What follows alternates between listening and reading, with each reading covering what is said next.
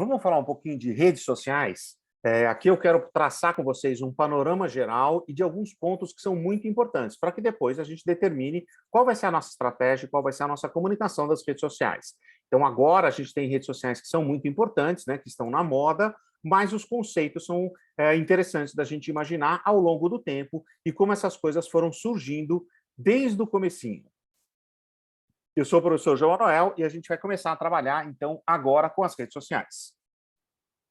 Primeira coisa que eu queria falar para vocês é justamente explicar como foi a evolução, né, e o desenvolvimento das redes no geral, né?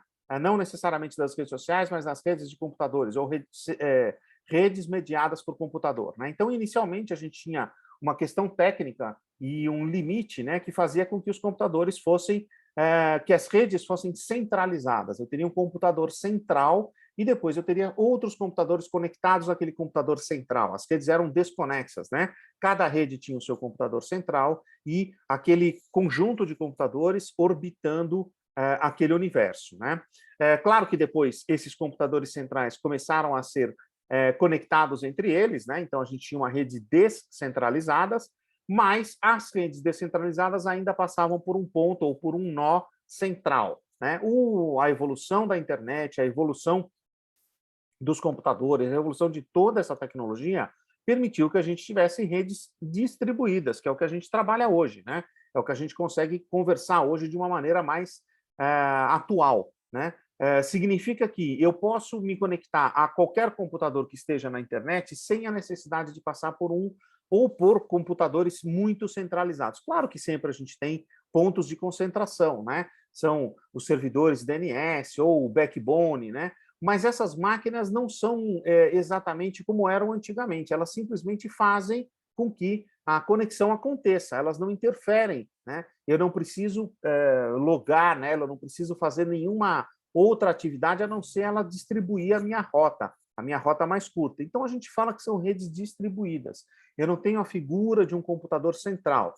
De vez em quando, claro, eu tenho um problema num computador desses chamados centrais, então a internet fica lenta, mas as conexões não caem, elas são reencontradas em outros caminhos, né? Os outros computadores conseguem se entender e a minha conexão continua funcionando. Então, a gente passou de uma rede centralizada para uma rede descentralizada e agora a gente tem uma rede distribuída. Vamos dizer que as conexões aqui são um pouco mais livres e a gente tem uma possibilidade de fazer com que a minha comunicação seja direta com a pessoa que eu quero conversar, né? Na verdade, o acesso, o serviço que eu estou acessando, ou as minhas comunicações e assim por diante. É só um panorama geral para a gente entender um pouquinho o comportamento. Eu não tenho nenhuma pretensão em fazer uma explicação técnica aqui, tá? Agora sim, a gente tem que começar a entender alguns comportamentos que são importantes. Na verdade, são 3 comportamentos super importantes que aconteceram a partir das minhas redes distribuídas, tá? O clustering é um deles, né? O cluster é um agrupamento que a gente tem automático de dados segundo o grau de semelhança. Está escrito ali, mas só para a gente explicar, é a chamada bolha. Olha, eu gosto muito de alguns temas. Eu gosto de carro antigo, gosto de receitas e gosto de filmes de Hollywood. Então, eu começo a me conectar com aquelas pessoas que tenham uma semelhança em algum daqueles assuntos ou em todos os assuntos. Isso faz com que a gente crie a famosa bolha, né? É importante a gente saber mais para frente como é que a gente vai entender essa bolha através da técnica de data mining, né? De mineração de dados, inteligência artificial.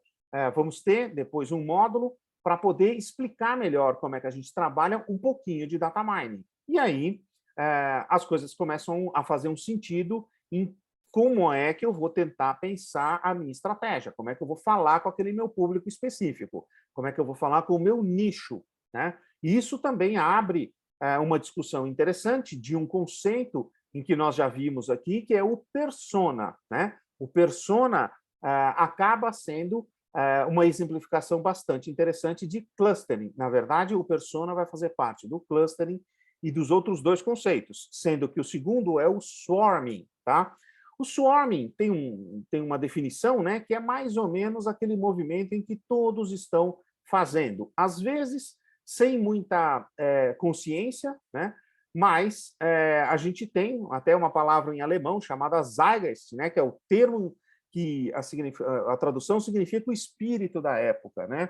É o que a gente conhece hoje como trends, né? Às vezes um movimento, ou alguma piada, um meme, ou alguma atitude acaba virando quase que o sentimento coletivo, né? Acaba virando o espírito daquele momento, né? Ou, né, o que a gente chama de trends, tendências, né? É muito interessante, porque antes nós dependíamos de uma pessoa muito experiente, com muito feeling, para a gente definir a tendência.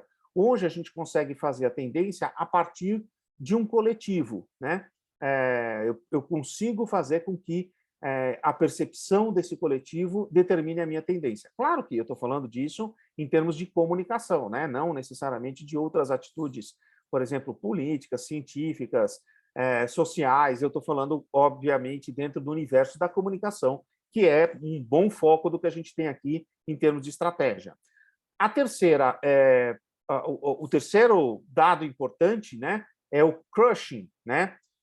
O crushing é quando a gente, na verdade, endurece aquela nossa bolha, né? Na verdade, quanto mais concentrada ela fica, né, quanto small is powerful, mais eficiente eu vou ter a minha comunicação, né? Então, se a gente pensar nos três conceitos que a gente falou aqui, do, do, do clustering, né, do data mining, do swarming, do trends e do crushing, a gente consegue entender o porquê do comportamento nas redes sociais, ou pelo menos a gente começa a ter um norte em relação a isso. Isso é super importante depois, para que justamente a gente consiga definir uma estratégia. Ah, eu vou trabalhar com Instagram, então qual é a minha possibilidade desses três valores dentro do Instagram, ou desses três conceitos? Ah, eu vou trabalhar dentro do Pinterest, eu vou trabalhar dentro do Facebook. Claro que a gente tem agora redes sociais que estão mais na moda, redes sociais que são mais eficientes. Nós vamos olhar depois, por exemplo, o YouTube, vamos olhar o Instagram, né, o universo do Facebook, um pouquinho do universo do Google e outras redes que fazem com que esses três conceitos sejam importantes e sejam motivo de uma certa atenção para que a gente trabalhe, né? Depois disso, né, a tela que eu pulei sem querer ali, na verdade era só uma exemplificação, uma linha do tempo em relação às redes sociais. Eu parei há 10 anos atrás, né, em 2012, mas só para mostrar que a gente vem num caminhar, né,